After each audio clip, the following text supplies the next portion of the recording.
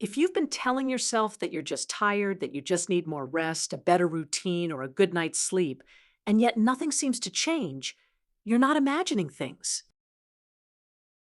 Many people reach a point where even rest stops feeling restorative. They finally slow down, finally take a break, and instead of relief, something else shows up: guilt, restlessness, a quiet pressure to get back up and keep going. That experience can be deeply confusing.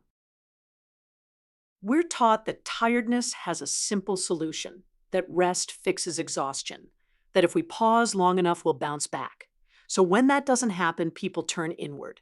They start questioning their discipline, their motivation, their character. Some begin to believe they're lazy, broken, or failing in some way. But what if none of that is true? What if the problem isn't that you're not resting enough, but that you're resting in a body that hasn't felt safe in a very long time?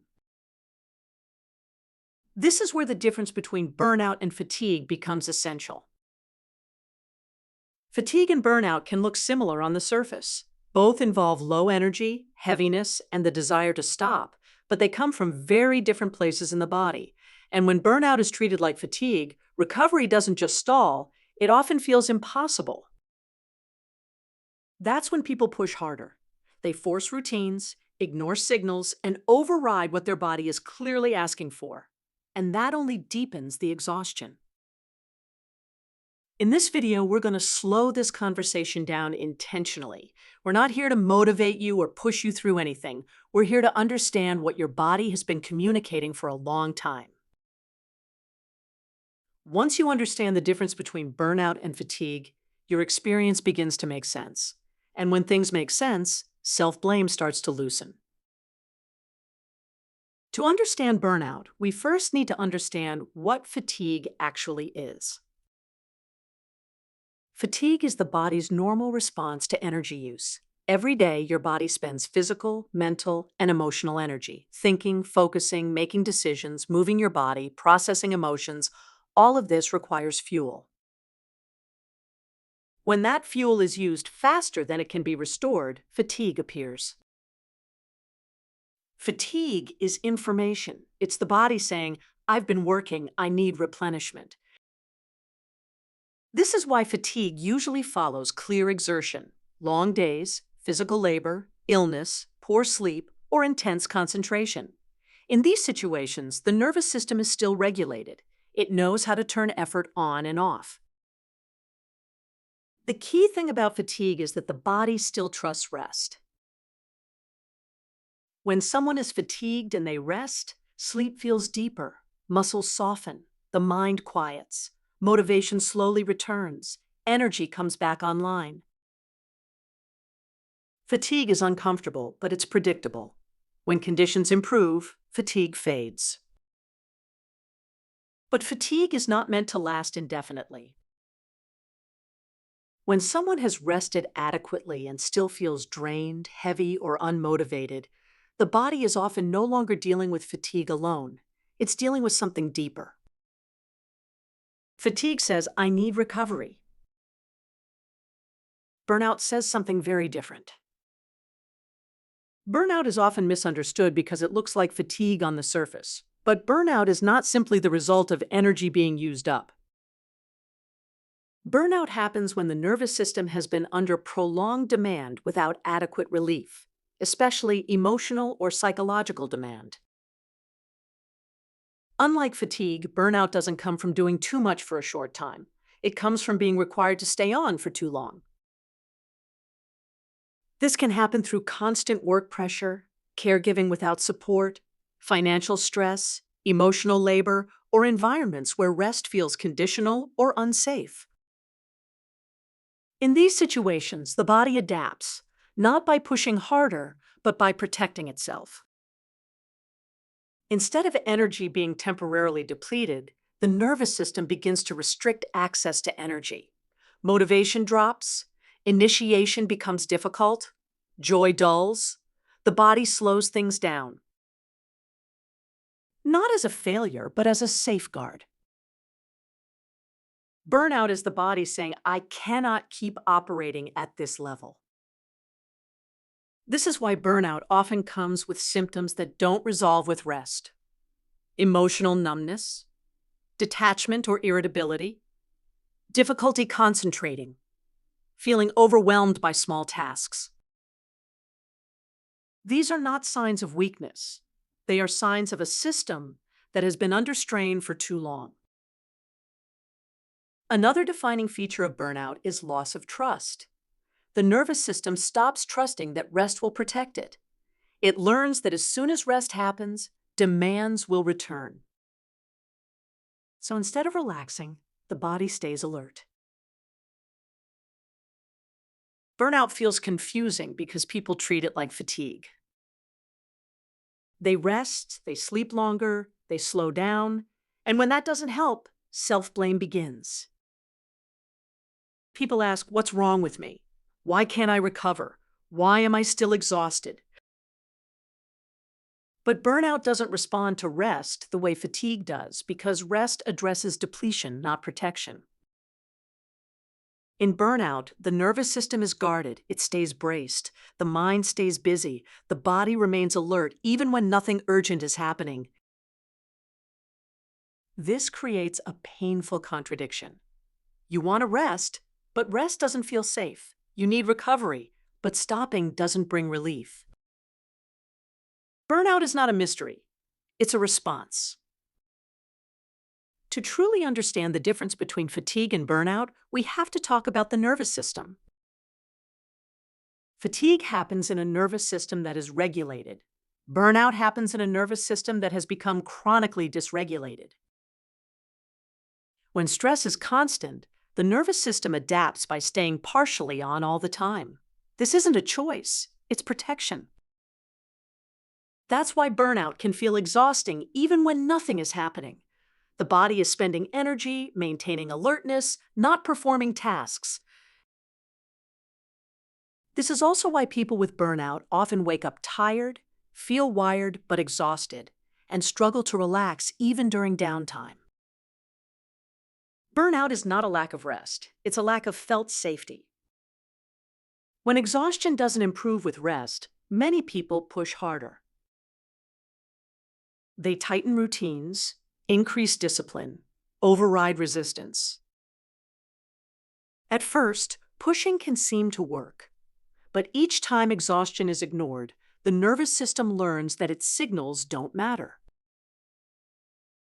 So it shifts from communication to protection. Motivation disappears, emotional capacity shrinks, even simple tasks feel overwhelming. Burnout cannot be outworked. It cannot be optimized away because burnout is not a performance problem. It's a capacity problem. True recovery begins only when the system starts to experience predictability, permission, and gentleness without consequence. At this point, a natural question arises. How do you know whether what you're experiencing is fatigue or burnout? One distinction lies in how your body responds to rest. With fatigue, rest feels relieving. With burnout, rest often feels uncomfortable or guilt-inducing. With fatigue, motivation returns. With burnout, motivation becomes inaccessible, even when the desire is still there. Fatigue asks for replenishment. Burnout asks for reassurance. And when you meet the right need, the system begins to respond. If there's one thing to take from this conversation, let it be this: there is nothing wrong with you. Burnout is not a moral failure. Fatigue is not weakness. Your body has been responding intelligently to the conditions it has been placed in. Recovery is not something you force. It's something you allow. In the next video, we'll explore why pushing through exhaustion often makes things worse and what recovery actually looks like in real life. For now, simply notice what it feels like to be understood. That awareness alone is already a form of recovery. One reason burnout has become so common is that modern life keeps the nervous system activated in subtle, constant ways. Many people are not physically overworked, but they are continuously stimulated. Notifications, deadlines, noise, information, uncertainty. The nervous system evolved to respond to short bursts of stress followed by recovery. But today, stress rarely comes in clean cycles. It lingers. Even when nothing urgent is happening, the body remains alert, waiting for the next demand. This is why burnout often develops quietly. People don't always feel stressed. They feel fine, functional, capable, until one day they're not. The nervous system doesn't always sound an alarm. Sometimes it simply starts conserving energy. This looks like procrastination, low motivation, withdrawal, a desire to disengage. But underneath, the body is trying to reduce exposure to stimulation. Burnout isn't always about doing too much. Sometimes it's about never fully powering down. One of the most distressing parts of burnout is the feeling that you've become a different person. People often say, "I used to be driven. I used to care. I used to enjoy things." And they assume something has gone wrong internally. But burnout doesn't erase who you are. It temporarily restricts access to certain capacities. Creativity, motivation, curiosity, emotional availability. These traits don't disappear. They go offline while the system is protecting itself. This is why burnout can feel like grief. You're mourning a version of yourself that feels distant. But that version isn't gone. The nervous system is simply prioritizing survival over expression. When safety returns, these qualities often return too, gradually, quietly, without force. Burnout doesn't just ask for time off. It asks for predictability, for permission, for boundaries that are respected. The nervous system begins to recover when it experiences days that don't demand everything, rest without consequences, slowness without guilt, effort that matches capacity. This doesn't mean doing nothing forever. It means rebuilding trust. Trust that rest will not be punished. Trust that slowing down will not lead to collapse. Trust that energy will not immediately be demanded again.